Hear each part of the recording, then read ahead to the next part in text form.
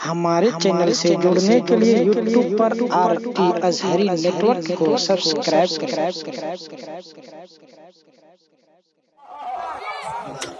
मौला मुझे वो जिंदगी फिर अता कर दे, वो काटते रहे मैं कटते रहो, वो दस्तों बाजू उतारते रहे मैं तड़पते रहो, वो मेरी गर्दनों पर खंजर मारते रहे मैं तेरी रजा के लिए कटता रहूं। अब जरा जहन को थोड़ा सा करीब कर लो, ये आसान नहीं है। मुसलमान कहलाना आसान, मुसलमान होकर मरना आसान नहीं है। मुसलमान होकर मरने के लिए अपनी जिंदगी का सफर ऐसे ही करना होगा जैसे नंगी तलवार पर दौड़ते रहो, पैर भी बचा रहे, सफर भी मुकम्मल रहे। ये बहुत आसान काम नहीं। अब जरा सा थोड़ा करीब हो लो। आशिकों की अलामत देखनी हो तो भारत में मोइनुद्दीन को देख लो, साबिर अलाउद्दीन को देख लो, हजरत महबूब इलाही को देख लो, हजरत मखदूम बिहार को देख लो, सैयदी सरकार शाह बरकतुल्लाह महरे रवि को देख लो। और इन्हीं आशिकों में इश्क का सूरज देखना हो तो बरेली के इमाम अहमद रजा को देख लो, बरेली के इमाम अहमद रजा को देख लो। और इश्क के सूरज की तफसीर और तशरीह देखनी हो, इश्क के सूरज की तफसीर और तशरीह देखनी हो तो फख्रे अजहर हुजूर ताजुल शरीया को देखो। और जब इश्क के उस मंजिल पर हुजूर ताजुल शरीया ने कदम रखा तब पुकार उठे, जहां पानी अता कर दो भरी जन्नत, सिर्फ जन्नत नहीं भरी जन्नत हिबा कर दो, भरी जन्नत हिबा कर। नबी मुख्तारे कुल है, जिसे जो चाहे अता कर दे। अब जरा सा जग गए हो तो आओ चलो एक आशिक का सफर दिखाता हूं। आशिक का नाम है सैयदना इमाम मालिक। क्या? इमाम मालिक।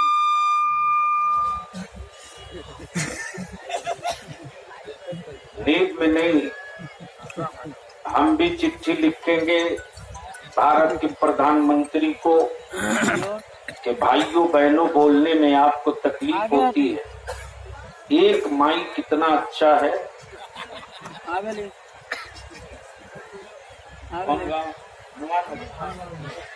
जाहिर सी बात है, उसकी पूजा भी आप करते हो उसी जगह।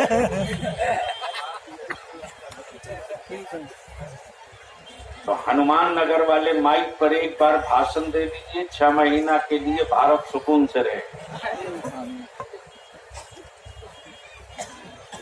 झूम के बोल लो।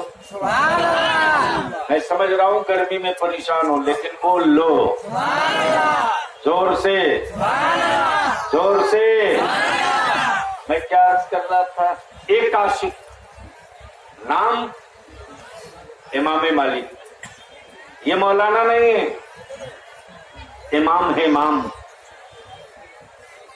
ये जो 4 मुसल्ले हैं ना, हनफी, शाफई, मालिकी, हम्बली, उसी 4 में एक मुसल्ले के इमाम सैयदना इमाम मालिक।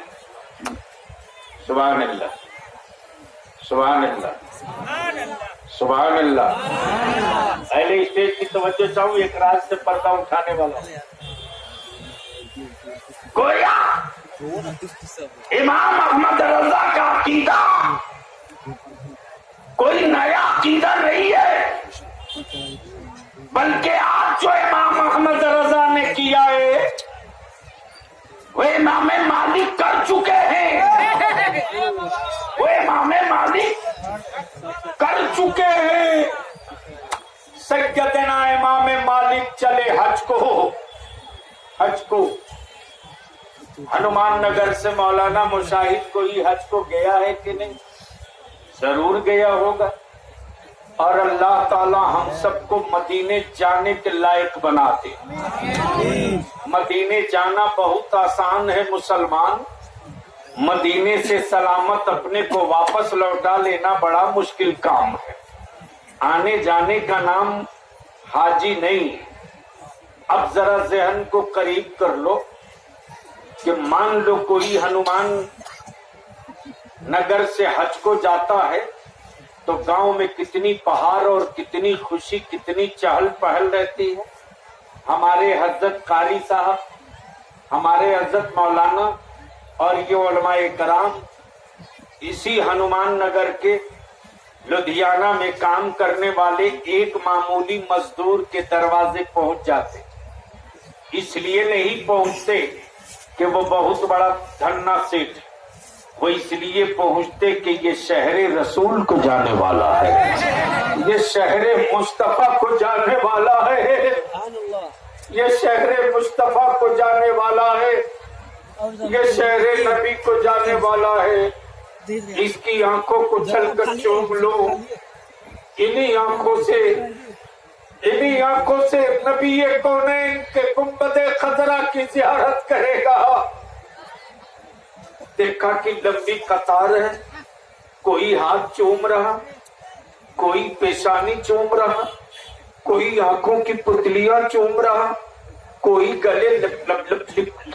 गले से लिपट लिपट कर अपने लिए कहे जाता मेरी तरफ से भी खाने काबा का एक तवाफ कर लीजिएगा, मेरी तरफ से भी खाने काबा का एक तवाफ कर लीजिएगा।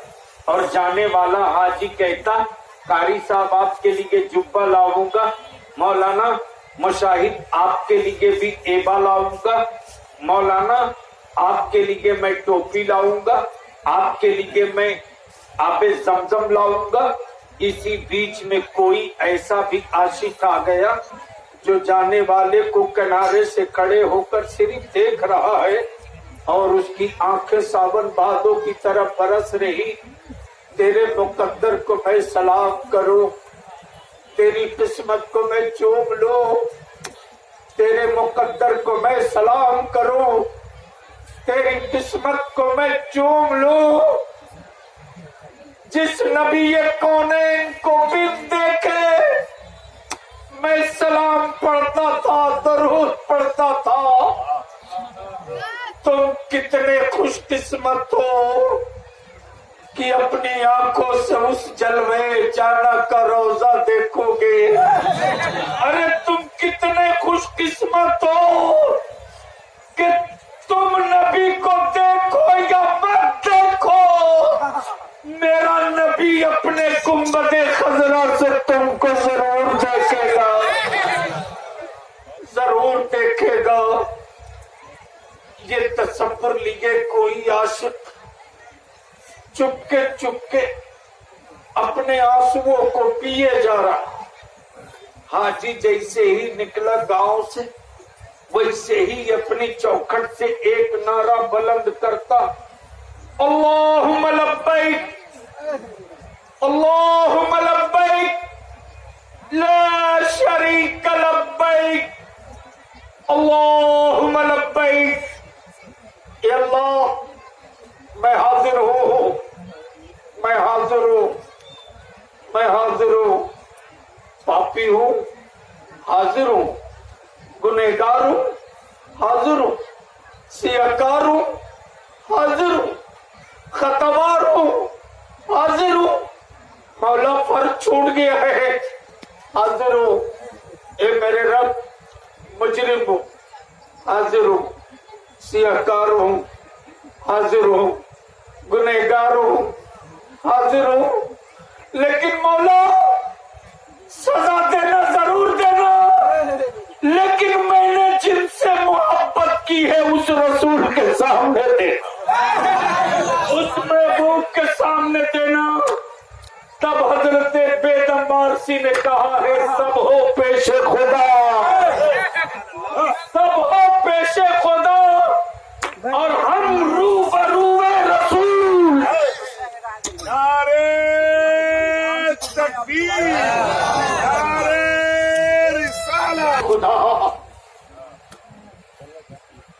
ये नाम में गुनहगार जरूर हूं, लेकिन बागी नहीं हूं मौला, बागी नहीं हूं। अदालतों से उन्हीं का बेल रिजेक्ट होता जो बगावत करते, उनका बेल रिजेक्ट नहीं होता जो हर तारीख पे हाजिरी लगाते रहते। आओ जरा करीब आओ, उसी एक मुसल्ले के मालिक सज्जदना इमाम मालिक हज को चले। सुभान अल्लाह, सुभान अल्लाह, जोर से, जोर से, आशिकों को आशिकों की तरह जोर से। जो खड़े हैं मेड़ पर बैठे हैं, चारों तरफ से आवाज आवे जोर से। सारा मजमा हाथ उठा के एक मर्तबा या रसूल अल्लाह, सारा मजमा एक मर्तबा लब्बैक या रसूल अल्लाह, जोर से बोल, जोर से लब्बैक या रसूल अल्लाह, लब्बैक या रसूल अल्लाह, लब्बैक या रसूल अल्लाह। मालिक इब्ने दीनार हज के लिए चले हैं। ये वो इमाम मालिक जिनकी किताबें सैकड़ों ऊंटों पे लगी रहती हो, वो इमाम मालिक जैसे ही हरम पाक के करीब, हदूद हरम के करीब आते, इमाम मालिक की कैफियत बदल चुकी। पैरों से चप्पल गए, बीच रास्ते में चलना छोड़ दी। कभी दाएं, कभी बाएं, कभी उंगलियों के बल, कभी पंजों के बल। और वही से कहते रहे इमाम मालिक, जब इस मस्तानी चाल में चलते तो अरब के उलमा परेशान, जिनके इल्म का डंका बजे, उनकी ये हालत। उलमाए कराम ने बड़ी अदब से पूछा, ओ इमाम मालिक, आपके इल्म का सूरज तो चमक रहा है, लेकिन आपके पैरों में जूती नहीं, चप्पल नहीं, और कभी दाएं, कभी बाएं, कभी आगे, कभी पीछे, कभी पंजे के बल, कभी उंगलियों के बल। और मक्के में जितने पुराने पेड़ दरख्त मिलते, सबकी जड़ों को इमाम मालिक लिपट लिपट कर चूमते चूमते। किसी आलिम ने पूछ दिया, वे इमाम मालिक, इन पेड़ों को क्यों चूमते हो? सैयदना इमाम मालिक कहते कि मैंने किताबों में पढ़ा है, मैंने किताबों में पढ़ा है,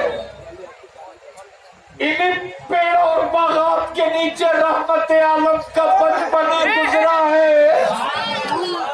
इन पेड़ों को इसलिए चूमता हूँ कि पता नहीं किस दरख्त के नीचे मेरे मुस्तफा तशरीफ फरमा रहे हो, इसलिए चूमता हूँ।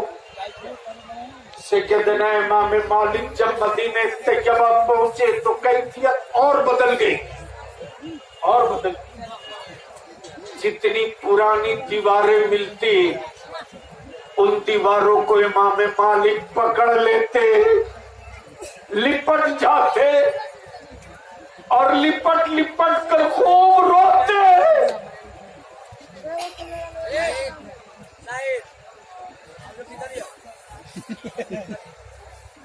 लिपट लिपट कर उन दीवारों से खूब रोते। ये मिट्टी की गुंगी दीवारों, तुम मालिक से अच्छी हो,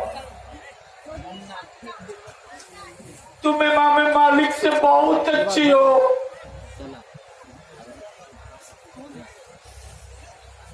तुम्हारे करीब से कौन है इनके आका गुजरे होंगे। मेरे आका के कांधे अतार पर चादरें पाक रहती थी।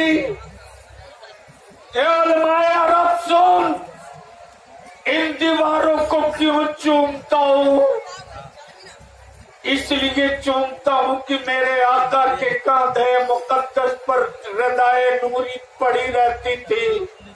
हवाएं तेज चली होगी, मेरे आका की चादर ततहीर इन दीवारों से लग गई होगी। ए दीवारों, तुमने मेरे मुस्तफा की चादर चूमी है। ए दीवारों, लो मैं तुझे चूम लेता हूँ। ये आशिकी है, ये आशिकी है। ये मंजिल बहुत आसान नहीं है, ये आशिकी है। नबी का आशिक और बेनमाजी नहीं हो सकता। नबी का आशिक और शराब पिए, ये नहीं हो सकता। नबी का आशिक और बेटों को 3 लाख 2 लाख नगदी में बेच दे, ये नहीं हो सकता, ये कभी नहीं हो सकता। नबी का आशिक को और घरों में कुरान की तिलावत ना हो, ये नहीं हो सकता। और बलियाबी तो पूरी जिम्मेदारी से कहता है कि आज जो भारत में मुसलमान जिंदा दिख रहा है वो किसी हुकूमत की वजह से नहीं है। अरे कोई न कोई रब के महबूब का आशिक कभी जिंदा है।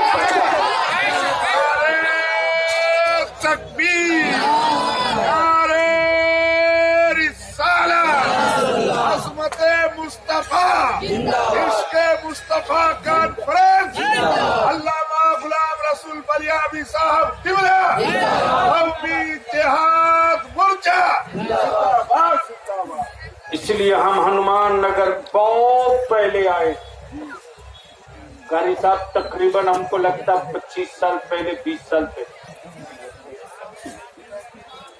अच्छा, वो दूसरा इसी जगह। अब आप हमें एक बात बताओ, इतना बड़ा मजमा माँ बहनों का भी और आप मर्दों का भी, ये बताओ रमजान शरीफ करीब है कि नहीं?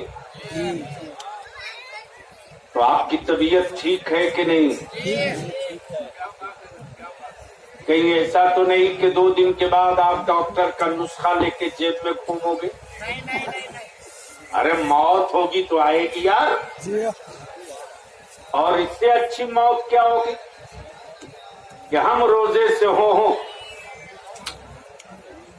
और मेरा जनाजा धूम से निकले। मरना तो आइए, मरना तो आइए, लेकिन हम आपसे एक आखिरी इल्तिजा करें। या हमारे मौलाना मुशाहिद बेचारे डांट भी हमसे सुन लेते, लेकिन मोहब्बत भी खूब करते। और ये भी तय है कि बलियाबी जिससे मोहब्बत करता है उसी को डांटता भी है, लेकिन बलियाबी जिससे मोहब्बत करे उसे कोई आंख दिखा दे, ये बलियाबी कभी बर्दाश्त नहीं कर सकता। अब हम इतनी सी इल्तिजा करें, आबादी बहुत बड़ी। अभी मैं हजरत कारी साहब से पूछ रहा था कि मदरसे की जमीन कितनी? मुफ्ती अकबर माशाअल्लाह, इन्होंने बताया कि मदरसे की जमीन बहुत। हमने इनसे अर्ज किया कि आप कागज तैयार करें, मैं बाजू बनूं। जब तक हमारे बच्चे और बच्चियां पढ़ेंगे नहीं, अरे कब तक बलियाबी को बुलाओगे बाहर से? कब तक मुबारक हुसैन मुबारक बुलाओगे बाहर से?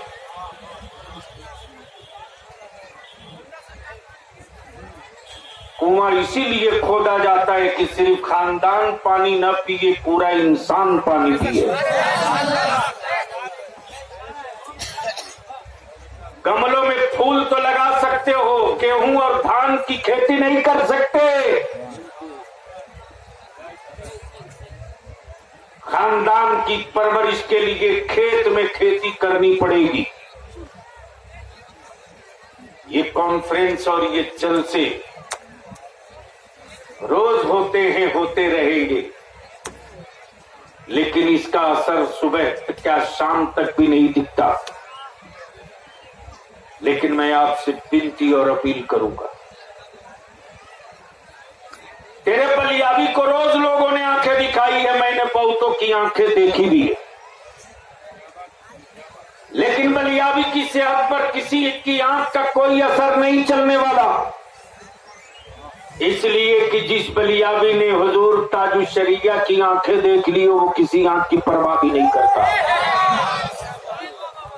जिस बलियाबी ने रईसुल कलम की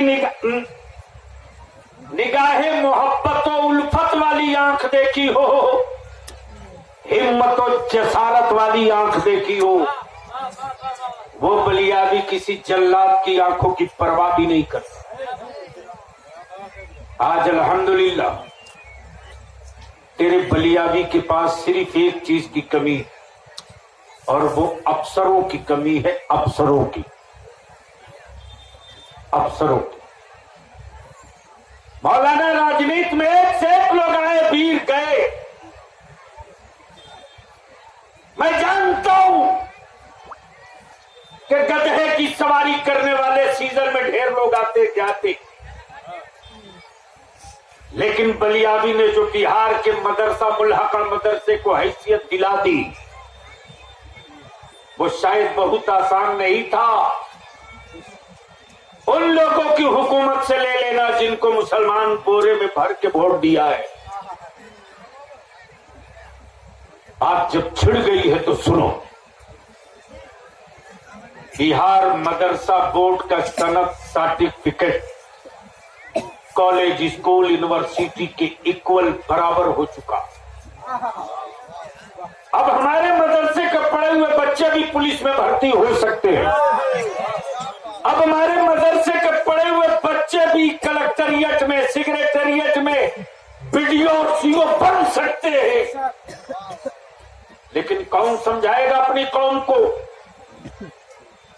उलमाए किराम भी समझने को तैयार नहीं है, इसलिए कि कल तक ये पढ़ करके हाशिया लगाते थे, अब ये भी बगैर पढ़े सुन के हाशिया लगाने लगे हैं। कुछ लोग कहते बलियाबी ने क्या किया है? बलियाबी ने सियासत में रहकर पटना जैसे महंगे शहर में 12 कट्ठा जमीन खरीद कर 10 करोड़ की बिल्डिंग बनाकर अहले सुन्नत के हवाले कर दी।